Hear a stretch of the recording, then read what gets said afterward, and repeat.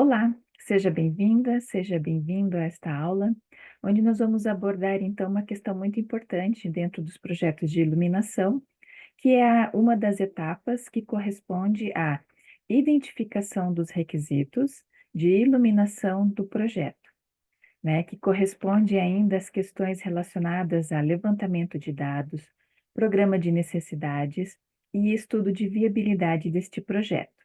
Vamos dar uma olhadinha então? Bom, antes de mais nada, é interessante que a gente tenha muito claro que essa atividade corresponde a um item muito importante, ou seja, é um serviço essencial, tá? O que corresponde propriamente a essa questão da identificação dos requisitos de iluminação de um projeto, né?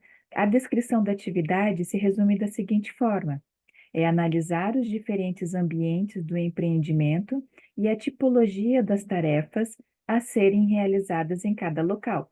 Ou seja, é olhar para o projeto em que a gente tem à frente e começar a analisar ambiente por ambiente e suas respectivamente atividades. E de que forma eu consigo essas informações?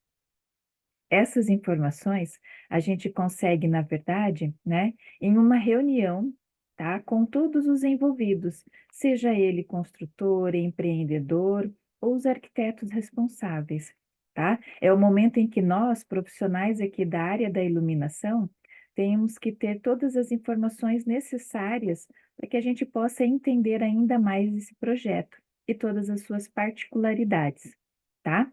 Então, é aqui em que a gente vai conversar ambiente por ambiente e saber qual é a particularidade deste ambiente, que a gente possa pensar, então, na melhor solução projetual de iluminação, tá? Bom, com essas informações em mãos, a gente então agora vai atrás de documentos que nos deem subsídios para que a gente possa ter as informações corretas para que posteriormente a gente possa aplicá-las da maneira correta. Então, a gente vai atrás de normas, né?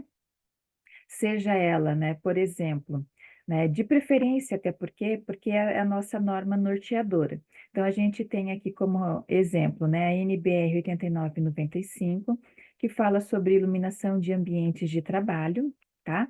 Mas às vezes o projeto em que você está trabalhando é da área mais relacionada à área da saúde, tá? Então, neste caso, a gente tem que fazer um levantamento e ver se determinados setores têm normas mais específicas, né? Mas no final das contas, documentos mais específicos, como esse aqui, por exemplo, que é a norma de higiene ocupacional, a gente vai ver que ele tem particularidades, sim, mas ele também, na verdade, tem muita informação do que a nossa norma 8995-1 traz, tá? Então, a gente tem que andar com os dois, ok?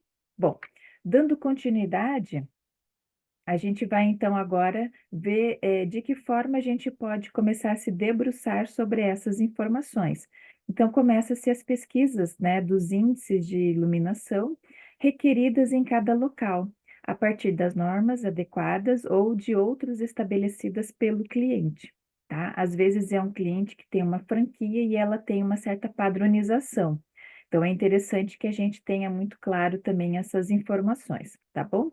Mas olhando para a norma 8995-1, lá no capítulo 5 diz assim: requisitos para o planejamento da iluminação, tá? Ali a gente tem uma tabela bem extensa, né, com várias opções de tipos de ambientes e tarefas ou atividades, tá? Então a gente começa a olhar dentro do que a gente tem de listagem dos ambientes para aquele determinado projeto e a gente vai atrás da norma para poder identificar, então, qual é o ambiente, né?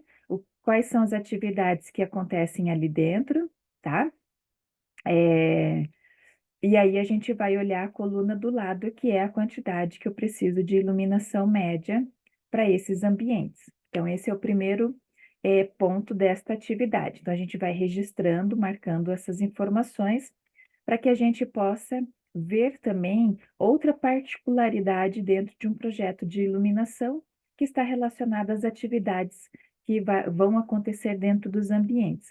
É o momento em que a gente agora vai fazer uma pesquisa dos limites de iluminância nas luminárias, ou seja, a questão do ofuscamento que é permitido em cada local para cada atividade, tá? Então, a gente vai ver essas restrições mais específicas, né? Então, nós temos no mesmo capítulo, tá? No item 5 da norma 8995-1, a gente tem essa coluna que é uma coluna muito importante que diz respeito ao UGRL, que é o Índice Limite de Ofuscamento Unificado. A mesma norma também explica, no decorrer dela, o que seria essa questão, né, do índice limite de ofuscamento unificado, tá? E aqui ela traz para a gente alguns valores ao qual a gente precisa respeitar. Aquela luminária que precisa ter o melhor controle óptico para evitar o ofuscamento direto, daquela luminária que não precisa ter toda essa atenção, esse cuidado, pode ser uma peça mais simples, né? Mas que pode ser usada em apenas alguns ambientes, tá? Então, a norma nos dá todas as informações necessárias e a gente precisa, então, né, ir registrando essas informações. Por quê? No final de todas essas pesquisas, a gente vai gerar um produto, mesmo que seja um produto interno para você, para o seu escritório, para este projeto, né? Este é um relatório, então, que a gente costuma dizer um relatório síntese, porque você vai extrair da norma aquilo que corresponde de importante para o seu projeto, tá? Então, é um relatório síntese de índice de iluminação, né?